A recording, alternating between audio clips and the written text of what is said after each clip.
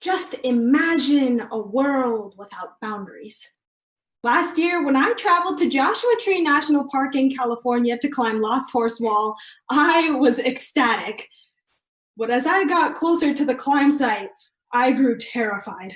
Riddled with deadly drops and impossibly steep paths, Lost Horse Wall looked impossible to climb. I was unable to start, and I set a mental barrier for myself. However, after a little encouragement from my friends, I began to climb, inch by inch, little by little, until I finally reached the top. Pride filled my chest as I overcame the mental and physical boundaries that I set for myself that day. Similarly, when we look to the real world, we are often presented with many challenges. Whether these challenges are boundaries that are mental or physical, by working to overcome these boundaries, we can create a better world for ourselves and the people around us. So today, let's first chalk up and see why financial boundaries hold people back before climbing over some of the social barriers we set for ourselves in order to properly analyze why a world without boundaries is necessary. Financial boundaries have always loomed over my mind, much like the cliffs in California. As a graduating senior in high school and incoming college freshman, student debt is always in the back of my mind. Although my worries of financial stress may seem like a big deal to me, I realize that there are millions of others around the world that are struggling much more than I am.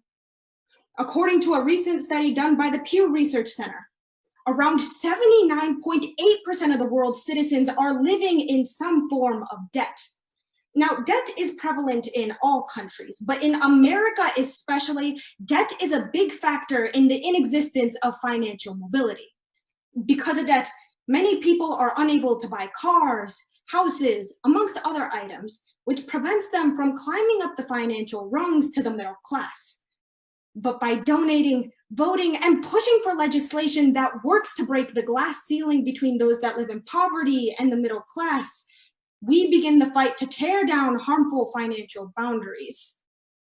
Now, when people live without debt, they are able to make much better lives for themselves. A world without debt means a world in which people are able to succeed. As I continue to think about a world without boundaries, I also considered a world without social barriers. It can be easy for us to put up walls between each other. Differences in race, sexual orientation, gender, and culture can sometimes create an environment of hostility. However, when we are able to climb over these walls, we can create a system of support. Recent events have put a spotlight on racial disparity in our communities. Judicial inequalities, medical inequalities, and a plethora of other problems have started to get exposed in our communities all across America and the world. As these inequalities are being unmasked, I've found it inspiring to see my community hold peaceful protests as our voices start to be heard. We've begun to see other cities join us in the fight for equality as well. Atlanta, Houston, Los Angeles, and a plethora of other cities have joined us in solidarity. The fight for equal treatment for our Black brothers and sisters is spreading to all 50 states, but the fight isn't stopping there.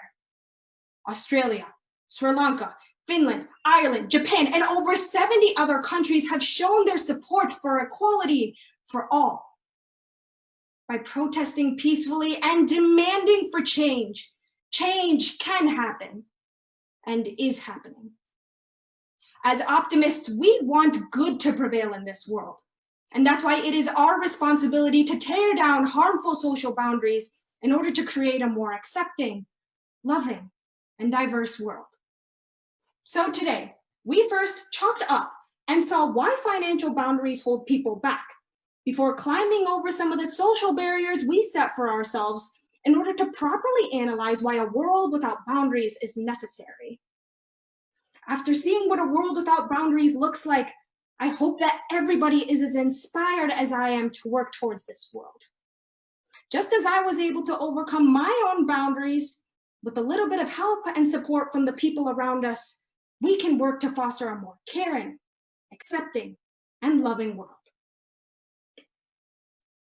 Hi, my name's Ayana Stauffer, and I am from the DMM region, which is up in the Minnesota region. A couple things that I'd like to give is to my family first and foremost. They've been my biggest supporters thus far, especially my brother, who's listened to my speech probably a million times. Really appreciate him. I'd also love to give a special thank you to the St. Paul Optimist Club, Stephen Severance, Linnea Salem, Mr. and Mrs. Gorman. You have all been a tremendous help, so thank you very, very much.